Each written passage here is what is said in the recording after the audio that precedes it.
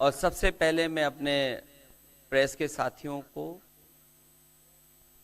आपके माध्यम से पूरे देश और प्रदेशवासियों को मैं रामनवमी की बहुत बहुत बधाई और शुभकामनाएं देता हूं। ऐसा त्योहार, ऐसे दिन जहां से अच्छी शुरुआत होती है। मुझे खुशी है इस बात की कि आज कांग्रेस पार्टी के नेता राहुल गांधी जी और समाजवादी पार्टी की आज हम मिलकर के प्रेस कर रहे हैं। पहले चरण का चुनाव उत्तर प्रदेश का होने जा रहा है और जो पश्चिम से हवा चल रही है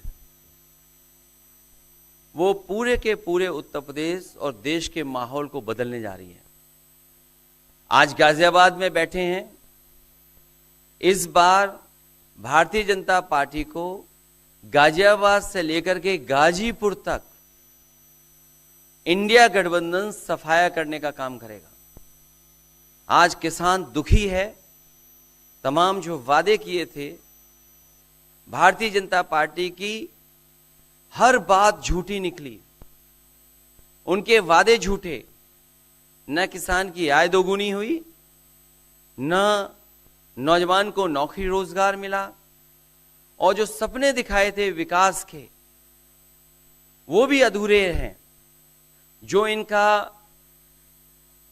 नैतिकता का बुलबुला था वो भी टूट गया। इलेक्टोरल बॉन्ड ने इनका बैंड बजा दिया। भारतीय जनता पार्टी सभी भ्रष्टाचारियों का गोदाम बन गई। न केवल भ्रष्टाचारियों को ले रहे हैं, बल्कि भ्रष्टाचारियों ने जो कमाया है उसको भी अपने साथ रख रहे हैं।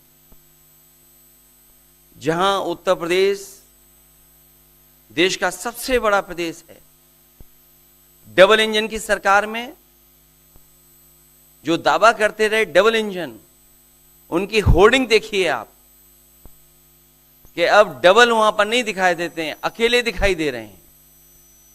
इनके प्रत्याशी होर्डिंग से गायब हैं और चुनाव के बाद होर्डिंग पे जो अकेले हैं वो भी गायब हो जाएंगे और सफाया होने जा रहा है। इनका एक ही नारा है, झूठ बोलने का और लूटने का।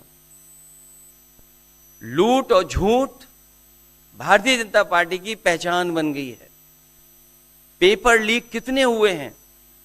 एक दो होते तो ठीक था, लेकिन 10 पेपर लीक हुए।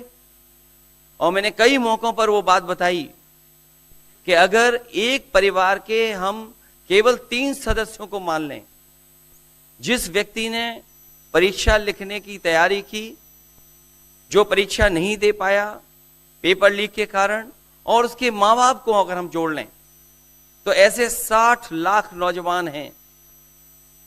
60 लाख नौजवानों का भविष्य अंधकार में डाल दिया। और अगर 60 लाख का गुणा करें हम 3 से, 1 करोड़ 80 लाख, और 1 करोड़ 80 लाख को अगर हम डिवाइड कर दें 80 लोकसभाओं से, तो भारतीय जनता पार्टी का 2,25,000 वोट हर लोकसभा में कम हुआ है। इसलिए एक भी वोट बट ना पाए। जहां हमें मतदान करना है वहीं मतदान के दिन हमें सावधान भी रहना है।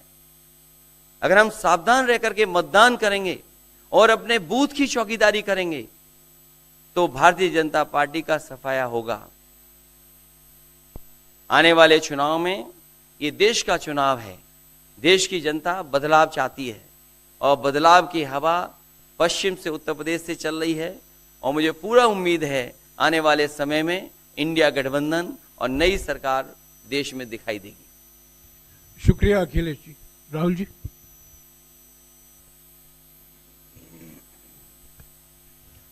नमस्कार।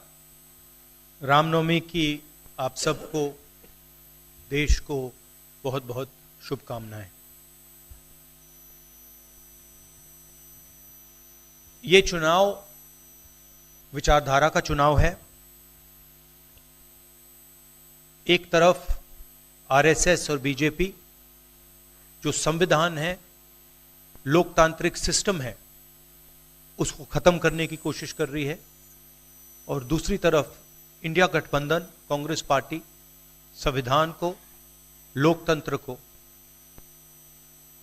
डिफेंड करने की कोशिश कर रही है, उसकी रक्षा कर रही है। चुनाव में 2-3 बड़े मुद्दे हैं। सबसे बड़ा बेरोजगारी, दूसरे नंबर पर महंगाई, भागीदारी। मगर बीजेपी 24 घंटा डिस्ट्रैक्शन करने में लगी रहती है। कभी प्रधानमंत्री समुद्र के नीचे चले जाते हैं, कभी आसमान में सी प्लेन पे चले जाते हैं, मगर जो मुद्दे हैं उनके बारे में ना प्रधानमंत्री ना बीजेपी बात करती है। कुछ दिन पहले प्रधानमंत्री ने ANI को बहुत लंबा इंटरव्यू दिया। स्क्रिप्टेड था, मगर फ्लॉप शो था। प्रधानमंत्री जी ने उसमें इलेक्टोरल बॉन्ड्स समझाने की कोशिश की। प्रधानमंत्री जी कहते हैं कि इलेक्टोरल बॉन्ड्स का सिस्टम ट्रांसपेरेंसी के लिए लाया गया, राजनीति को साफ करने के लिए लाया गया। अगर यह सच है तो उस सिस्टम को सुप्रीम कोर्ट ने रद्द क्यों किया? और दूसरी बात, अगर आप ट्रांसपेरेंसी लाना चाहते थे तो जिन लोगों ने आपको पैसा दिया, बीजेपी को पैसा दिया, हजारों करोड़ रुपए दिए, उनका नाम आपने क्यों छुपाया था? और जिन तारीखों पे उन्होंने आपको पैसा दिया उसको आपने क्यों छुपाया था? पता लगता है हजारों करोड़ रुपए का कॉन्ट्रैक्ट किसी कंपनी को मिलता है, उसके एकदम बाद वो कंपनी बीजेपी को पैसा देती है।